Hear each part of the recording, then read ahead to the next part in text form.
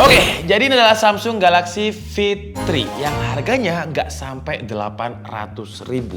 Tapi upgrade-nya dibandingkan versi sebelumnya, terlalu banyak. Dimensinya lebih gede dengan 1,6 inch, sensornya nambah, ada barometer dan ambient light. Memori dan storage-nya lebih gede, baterainya lebih besar, dan harganya tetap 700 ribuan.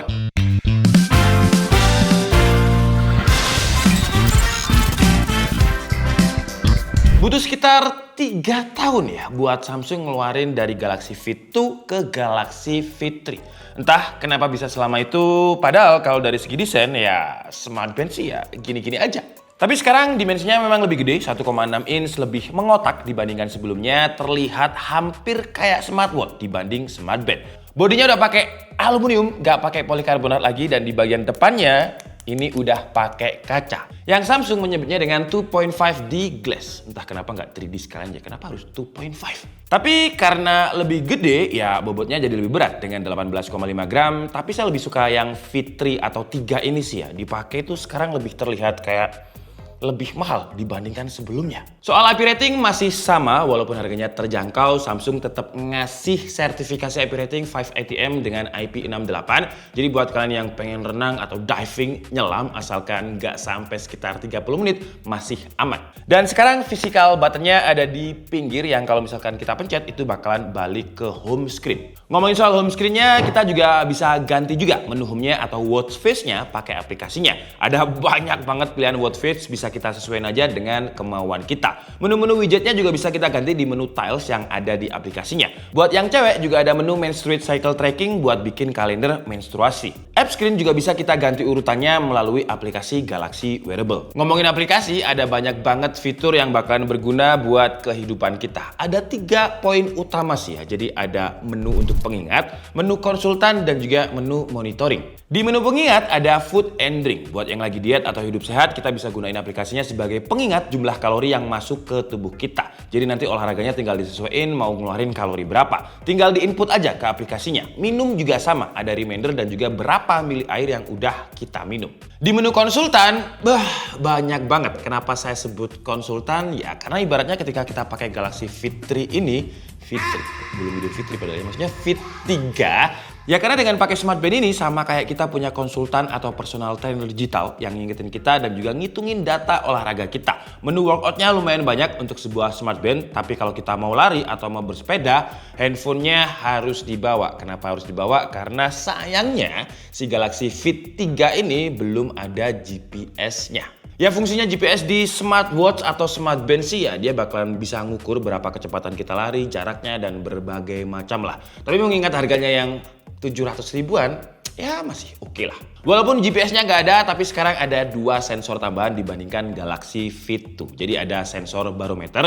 Sensor barometer ini fungsinya kalau misalkan kita lagi lari atau treadmill dan elevasi jalannya itu naik atau turun, dia bisa ngukur elevasinya tadi. Terus juga ada ambient light sensor yang fungsinya dia bakalan menyesuaikan tingkat kecerahannya ketika kita berpindah-pindah ruangan. Yang fungsinya baterainya jadi lebih awet karena dia menyesuaikan dengan tingkat brightness ruangan sekitar. Ngomongin baterainya juga lebih gede sekarang karena kan dimensinya juga lebih gede ya. Baterainya sekarang jadi 205 mAh, kalau di Galaxy Fit itu sekitar 150 mAh. Yang untuk daya tahan baterainya kalau kita nggak pakai AOD itu sekitar 13 jam. Kalau kita pakai always on display ya jatuhnya bakal lebih boros. Tapi saya termasuk orang yang suka pakai always on display sih karena ya mungkin karena saya suka pamer.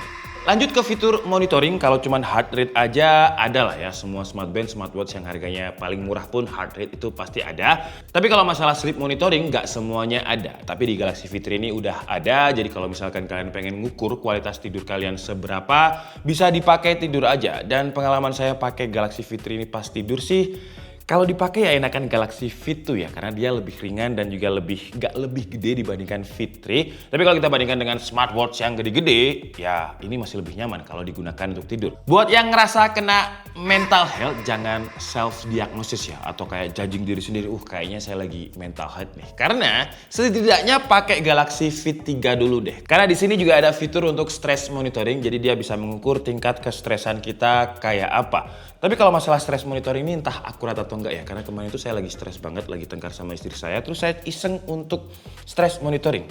Kata dia normal. Apakah karena saya terlalu sering tengkar jadi jatuhnya kayak normal ya? Itu pesan tersembunyi buat istri saya. Jangan suka marah-marah guys. Dan yang saya rasain sekarang, sensor-sensornya ini lebih cepat ngebaca. Dan kalau misalkan kita swipe seperti ini, juga lebih cepat ketimbang sebelumnya. Mungkin karena RAM-nya dan juga storage itu di-upgrade-nya gede banget ya. Kalau yang Galaxy Fit 2 dulu itu cuma 2 MB, storage-nya 32 MB. Sekarang di Galaxy Fit 3 itu jadi 16 MB dan storage-nya 256 MB.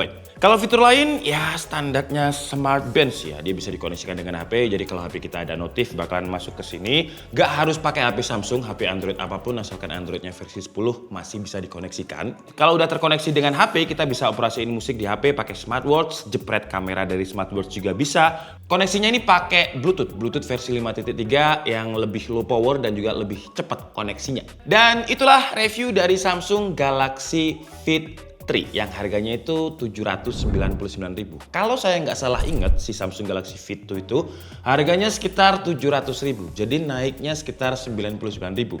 Dan dengan selisih 99.000 menurut saya upgrade-nya ini terlalu banyak. Bahan material yang dari polikarbonat sekarang jadi aluminium, layarnya juga lebih gede, sensornya ditambah, ada barometer dan juga ambient light, baterainya lebih gede, RAM dan juga storage-nya lebih gede. Tapi sayangnya dia nggak dikasih GPS. Mengingat harganya yang 799.000 sebenarnya masih wajar sih karena beberapa kompetitornya juga belum ada yang pakai GPS di harga segitu.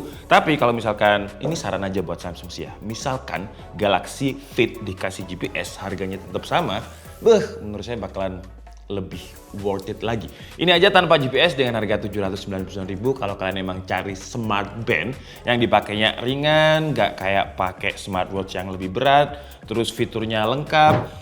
Ya, 799.000 menurut saya kalau emang butuh, beli aja lah, nggak usah mikir.